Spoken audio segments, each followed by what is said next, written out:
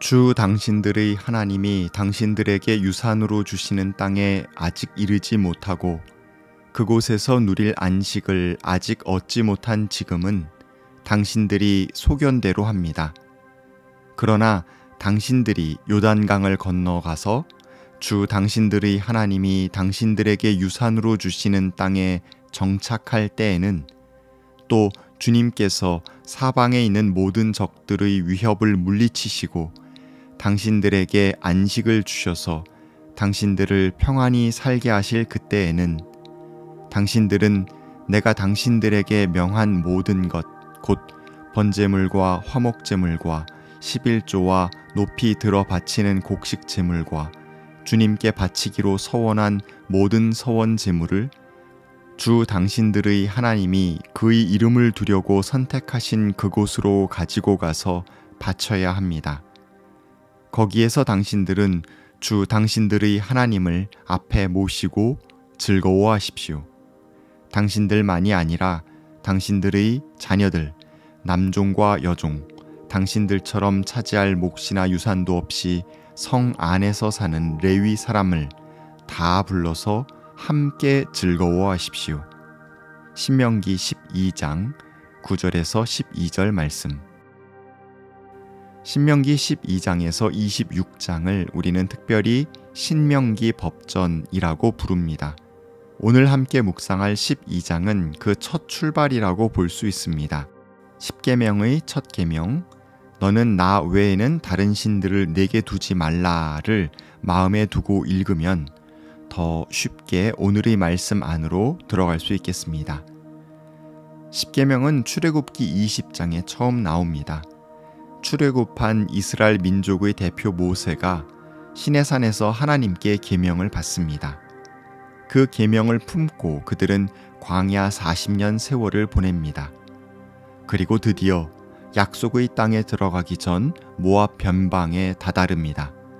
이곳에서 모세는 백성들에게 1년의 말씀을 전하는데 그 말씀의 기록이 바로 신명기입니다. 사실 신명기라는 책 이름 자체가 계명을 되풀이하여 기록한 책이라는 의미를 갖고 있습니다. 출애굽기에 기록된 계명을 다시 한번 백성의 마음에 새기고 있는 셈입니다.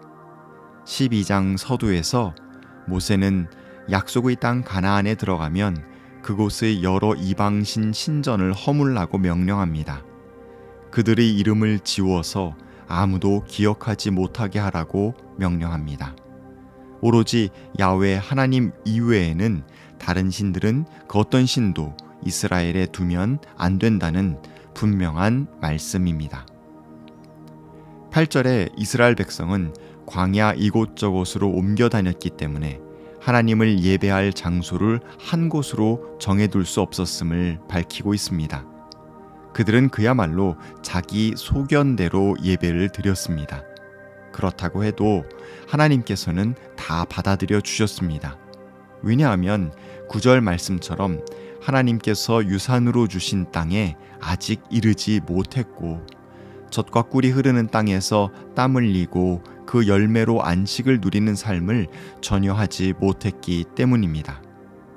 그러나 약속의 땅에 들어가고 나면 각 지파별로 땅을 나누고 정착한 뒤 상황은 전혀 달라질 것입니다. 그때에는 하나님의 약속이 성취된 이후이고 게다가 주님께서 사방의 적들의 위협을 물리치시고 그곳에서 생업을 경영할 수 있도록 인도해 주시며 그 땅의 소산물을 먹을 수 있도록 도와주실 터이니 그 땅에서 참된 안식을 누리고 진실한 예배를 드리고 즐거운 축제를 누릴 수 있게 될 것이기 때문입니다.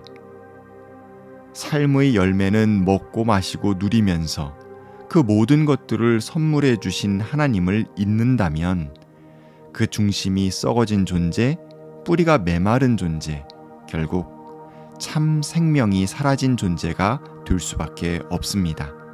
생활을 잘 영위하고 누리고 안식할 수 있게 될 때가 이르면 더더욱 나의 존재의 중심을 갈구해야 합니다. 내가 어디로부터 왔으며 나는 지금 과연 누구이며 내가 결국 어디로 갈 것인지를 주님 안에서 질문하고 들어야 합니다.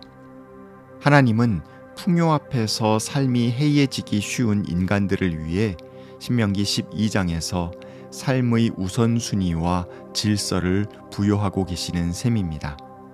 하나님께서 땅을 유산으로 주시고 적들을 물리치시고 평안을 주시어 살게 해주실 때에는, 바로 그때에는 주님께서 이미 주신 모든 규례와 법도를 지키며 삶의 틀을 단단히 세워나가도록 해야 합니다. 11절에 번제물과 화목제물과 11조와 높이 들어 바치는 곡식제물과 주님께 바치기로 서원한 모든 서원 제물을 하나님이 그의 이름을 두려고 선택하신 그곳으로 가지고 가서 바쳐야 합니다 라고 말씀하십니다. 삶은 내 집에서 내가 안전하게 안식을 누리며 평안히 살 때 완성되는 것이 아니라 그 모든 것들의 기원이요 운영자이신 하나님 앞에 나아가 감사하며 예배할 때에 완성됩니다. 이 예배는 두렵고 무거운 책임이나 의무가 아닙니다. 12절 표현 그대로 거기에서 당신들은 주 당신들의 하나님을 앞에 모시고 즐거워하십시오. 당신들만이 아니라 당신들의 자녀들, 남종과 여종, 당신들처럼 차지할 몫이나 유산도 없이 성 안에서 사는 레위 사람을 다 불러서 함께 즐거워하십시오. 그야말로 감격과 감사의 축제요, 이를 나눌 수 있는 모든 이들과 함께하는 기쁨입니다. 그것이 예배입니다. 우리도 또한 나에게 주신 모든 것들로 인해 하나님께 감사하고 즐거워해야 합니다. 허락해 주신 바를 나누며 이웃과 기뻐하고 즐거워해야 할 것입니다. 바로 그 삶이 예배하는 삶입니다. 12장에는 즐거워하십시오 라는 말씀이 반복해서 나옵니다. 이는 우리의 삶을 온전한 예배로 만드시는 주님의 당부이자 명령입니다. 우리가 예배와 일상에서 참으로 즐거워할 때 우리는 세상의 유혹과 우상으로 시끄러워진 삶으로부터 나와 하나님의 새로운 질서로 나아갈 수 있습니다.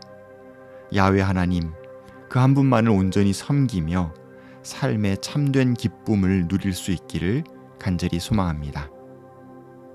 하나님 감사합니다.